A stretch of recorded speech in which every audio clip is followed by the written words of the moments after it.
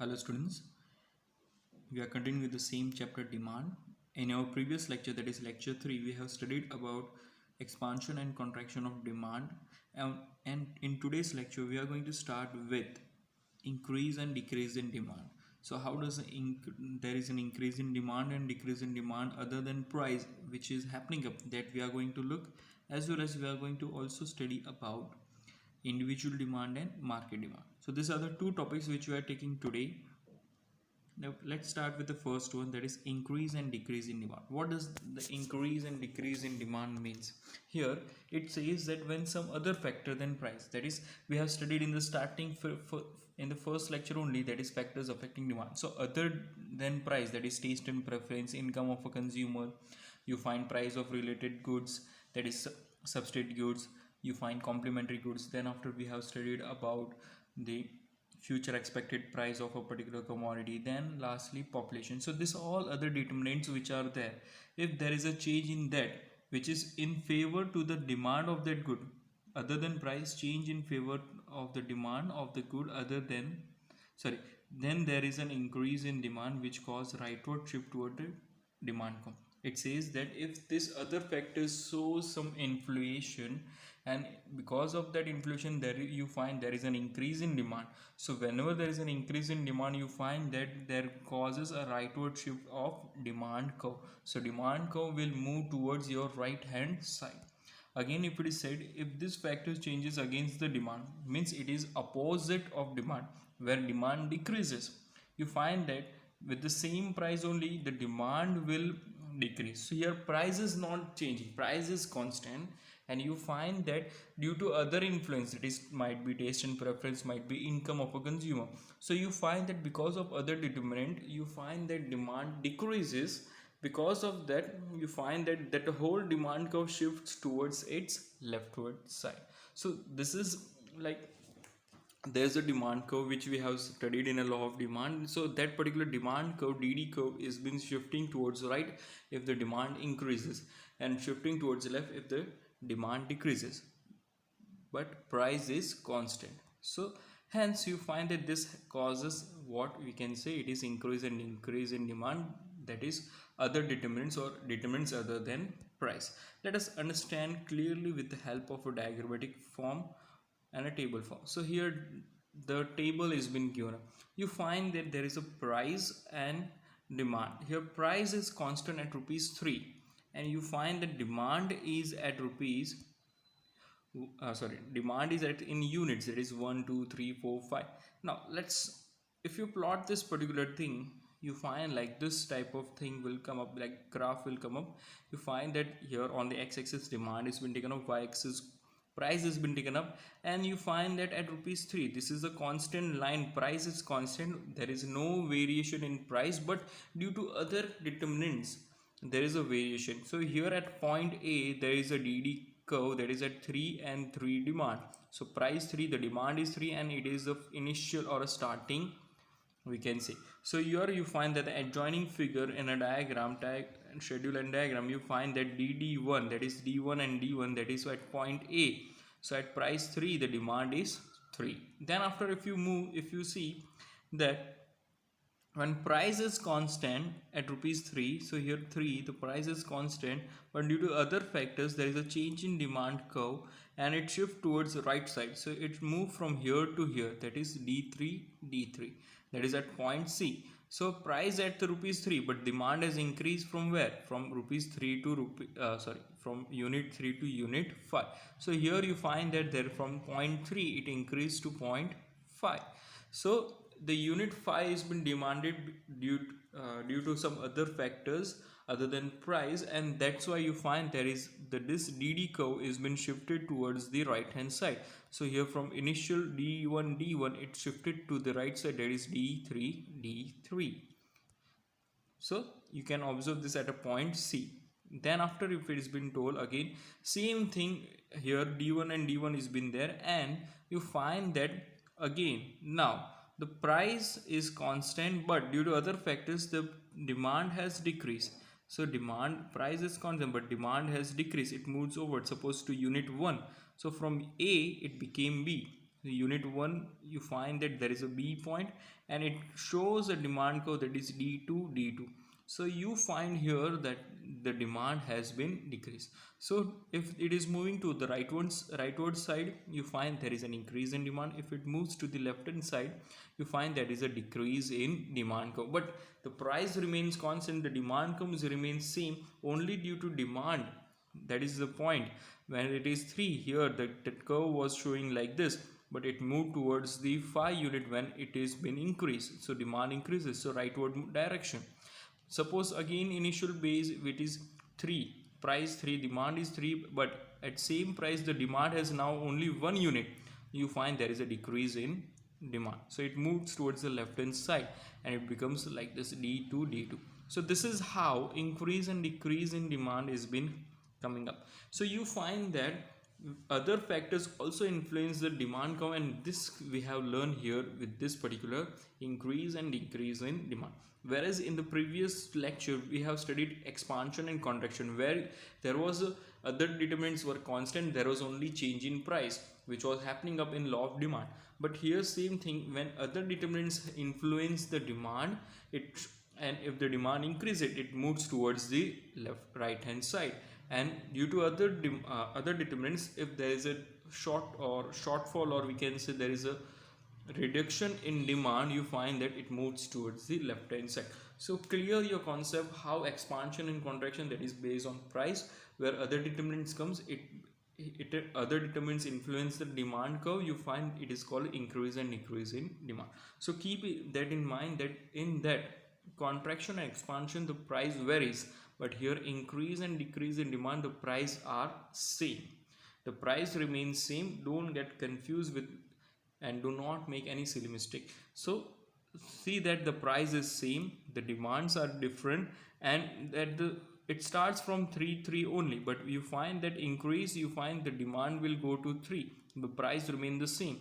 So from rupees 3 only, now the demand will be 5 unit. And if you start again from 3 and 3, if the demand is reducing, that is 3 to 1, but the price is same, so at the same price the demand reduced, so it shows that is a decrease in demand. So this is how you find that increase and decrease in demand works in this type of graphical manner. Now I hope you have been clear with this. Let's start with the next point, that is you find that individual demand and market demand. The word individual stands for one person. So you find that individual demand is a demand of a good by an individual, or we can say by one person or by one consumer at a given price at a given point of time. So at one particular point, suppose you went to a shop and you demanded for a good, and that particular good you have purchased, like for example wafer or biscuit. So you find that you are demanded for good and that particular you have purchased individually. So that thing is called as what? Individual demand. So at that particular price, at that particular point of time, you have paid that money, you have purchased that particular product, and you have consumed it. So that is what individual demand is all about. Whereas market demand stands with then the sum total of such individual demands, means different individuals together are there demanding the same number, demanding the same type of product. If they come together, demands of all existing consumer in the market, you find that it becomes market demand at that particular given price and that particular point of time. Now suppose you're living in a society and that whole society wants some like fruits like mango, as this mango season is going on. So you find that your whole society, like everyone's individual demand is 1 kg, 2 kg, different families have different kgs of, they demand for different kgs of mango, but totally they all over they want suppose 100 kgs of mango, or suppose we can say, let's talk about like 1000 kgs of mango they want. Now what is happening up now, 25 families are there, they demanded 1000 kgs of mango, and now the main person and 2 or 3 persons went to that particular those sellers who are selling mangoes. Now they demanded that what is the price, and at individual price they calculated that it is for example 100 rupees kg. But now as they told that we want 1000 kgs of mango, they demanded for all the existing consumer, that is all the members of the society, on behalf of all the society, they bargain and they told that we want this many kgs of mangoes, 1000 kgs of mango, what will be the price? So here you find that the seller will not influence the price, but the consumer, the buyer, will influence the price, and he will bargain the price, and he will purchase at an as possible as nominal rate, because he is purchasing in a lot here. So you find that that time the market demand is work. So all together, if you are purchasing alone, you have to pay more, but if you are purchasing to group together, you have to pay less also. So that also creates a good benefit for a consumer. So that is how it's happening. So many of the cooperative societies, you find that they try to go with this type of uh, thing, where you find that they try to purchase for all the members of the society that particular food grain, so that they can give a good cheaper rate. So just for a simple sense, we have to remember that it is sum total of all the individual demand which of the existing consumer in a market, that is called as market demand, at that particular price at that particular point of time. So these are the few words which we have to remember. These are the meaning, that is individual demand and market demand. Let us understand more clearly with the help of the uh, table as well as diagram form. So individual demand, you find that here, see, if you see there is a price listed here, so you find that price 10, 8, 6, 4, 2 is been there, and here there is a demand. There are suppose three individuals are there. So individual A, individual B, individual C. So you find it for at rupees 10, individual A has demanded one unit only he has demanded for that particular good. But suppose at same price 10 rupees, individual B has a different demand. Same price at rupees 10, the individual C has a different demand for that particular product. So likewise, when there is a change, where there is a reduction in price, again the demand for the individual A also increases but a different rate, B also increases with a different demand, C also increases with a different demand. So you find that there is no similarities between individual A, B and C at the same price. But here let's see how it will be formed. So let's talk about only A. So at price 10 it is 1, price 8 it demands for 2 unit, price 6 it demands for 3 unit, price 4 it demands 4 unit, and at price 2 or at rupees 2 it demands 5 units of that commodity. So let's understand with the help of a diagram form. So this is how you find that you will plot an individual A here with on x-axis the demand and your price. Now this is a curve which has been seen to us with point 1 to 5 when a demand. So you find that rupees 2 the demand was 5, at rupees 4 the demand was 4, at rupees 6 the demand as the price came up, the demand is reducing. At point 8 you find rupees demand is 2, and point at price 10 you find that the demand is 1. So this is how it has been shown that individual 1 has a different demand regarding the price. Same way the demand for B. So here again you find at rupees 10 the individual B or a B person is demanding only 2 units, but it reduces to 8 it demands 3 units, it reduces to 6 it demands 4 units, it reduces to 4 it demands 5 units, it reduces to 2 it demands 6 units of that particular product. So here you find, see, don't get confused, here it is started from 2. So you find that 2, 3, 4, 5, 6 is been there, which has been there for individual B, and the DD curve is showing like this.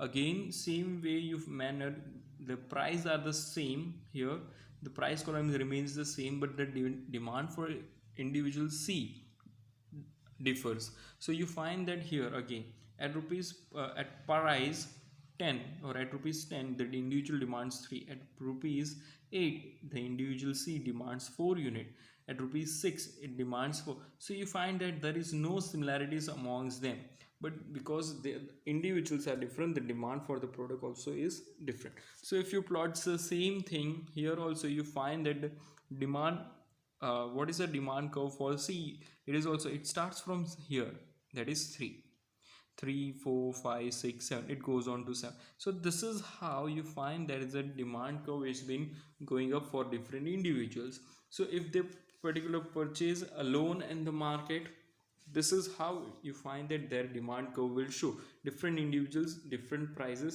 different demands are been there, and the dd curves also is differ. So this is how is happening up. So law of demand is working up, you find that is a individual demand is been there, and law of demand is also working up, but it is all different, because at different price the different goods are being, but here at rupees 10 one unit is demand, but by b it is demanded 2 units. But again if you see in c unit, c individual, you find the demand increased to 3. So this is how there is a changes are being shown or by observe in these three types of individual demand. But what does, so these are individual demand curves or demand schedules which you can see. Let us know about market. As we know that market demand is a sum total of it, so how it will be? So you find that market demand, the sum total of all these three, that is we added one more column that is here. So at price 10 the demand a is 1, demand 2, individual a is demanding 1 unit, individual b is demanding 2 unit, individual c is demanding 3 units. So 1 plus 2 plus 3 altogether 6. Again 2 plus 3 plus 4 9, 3 plus 4 plus 5 12, 4 plus 5 plus 6 15, and 5 plus 6 plus 7 equals to 18. So altogether you find that at different prices, if a whole three of them going together and demanding that we want this much kgs of this much units of that particular product, what will happen? The demand will rise more, and you find that this price the demand is now 6. So it is a total of all the three individuals. So demand curve will show you like this, where before individuals were purchasing singly, now at rupees 10 6 units are being demanded. At rupees 8 you find that 9 has been the demand. At rupees 6 as the price falls the demand increased to 12. Again when it reduced to price 4 the demand increased to 15, and again there is a reduction in price for 2, you find that it increased to 18. So you find that with the again with the reduction in price, but there is a increase in demand. But here the demand is not for of an individual, but it is of the all three together. It is a plus b plus c. So you find this is what is been observed and it has been there. So this is how you can say that market demand has been there. So this is how you have to show that how does the market demand works, how does the individual demand f a b and c differs each other, but when joined together you find that demand curves shows us the same thing. So this is how there is a difference between individual demand and market demand. It is only the one thing, that is individual demand is a demand for one single consumer, and a market demand is a demand for existing of all the consumers in the particular market. So this is how it influences the demand curve or demand of that particular product with different price variation. So this is what it is, individual demand and market demand. I hope you have been very clear with these two types of thing. If you have any doubt, any query, just ask me. You need to go with these two topics today. Learn, it is very easy. You can just make it very differentiate very easily with the individual and market demand, as well as you can make differentiate with contraction and expansion of demand and increase and decrease in demand, where contraction and expansion of demand is based on price, whereas increase and decrease in demand is depends upon the other determinants rather than price. The price is constant in increase and decrease in demand, whereas the other determinants are constant in contraction and expansion of demand. I hope you have been clear with all this point. Now we'll soon have a test for this chapter 1, so be ready, start revising up. I will give you the questions also. We will decide how we are going to take test and all that particular thing. So keep learning, start going with all that particular revision one.